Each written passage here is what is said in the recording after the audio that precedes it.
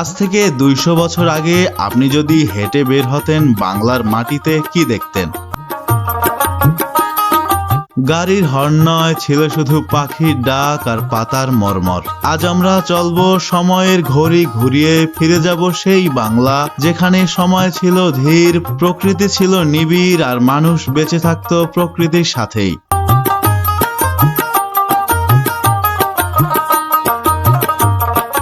1825 সালের বাংলা। চারপাশে বিস্তীর্ণ সবুজ ধানক্ষেত, তাল আর নারকেলের ঝোপ। নদীগুলো ছিল গভীর, স্বচ্ছ আর প্রাণবন্ত।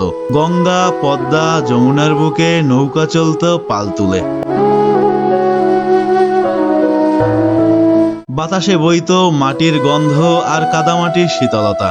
পাখি উড়তো মাথার ওপর আর রাতে ঝিঝি পোকার শব্দে মুখরিত হতো গ্রাম।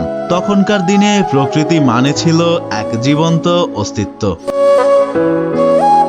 কিন্তু প্রশ্ন জাগে, এত শান্ত পরিবেশেও মানুষ কেমন করে দিন কাটাতো? তখন ঘড়ি ছিল না, কাঁধে ছিল কোদাল। সূর্য ওঠা মানে কাজ শুরু, সূর্য ডুবলে বিশ্রাম। ঘরগুলো ছিল মাটির, চাল ছিল খড়ের।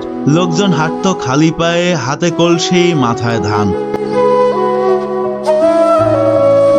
বিয়ের গান, হাটের হাক আর বৈঠকখানার গল্পেই চলতো জীবন।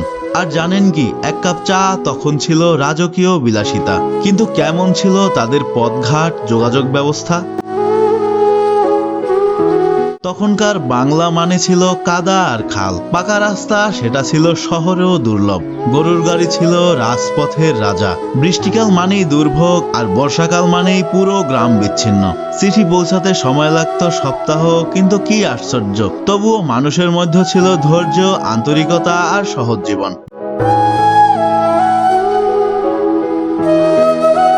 ব্রিটিশরা তখন পায়ের নিচে জমি খুঁজছিল। কোম্পানি শাসন বাংলার হৃদয়ে ঢুকছিল নিঃশব্দে। বদল আসছিল চাষবাসে, শিক্ষায়, এমনকি পোশাকেও। প্রথম রেল আসতে তখনও 20 বছর বাকি, কিন্তু তার ধ্বনি যেন দূর থেকে ভেসে আসছিল।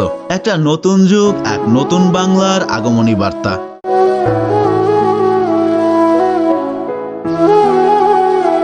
কিন্তু প্রশ্ন হচ্ছে, এই পরিবর্তন কি প্রকৃতিকে বাঁচাতে পেরেছিল, নাকি সেটাই ছিল পতনের শুরু? আর ভিডিওটি ভালো লাগলে চ্যানেলটি সাবস্ক্রাইব করতে ভুলবেন না।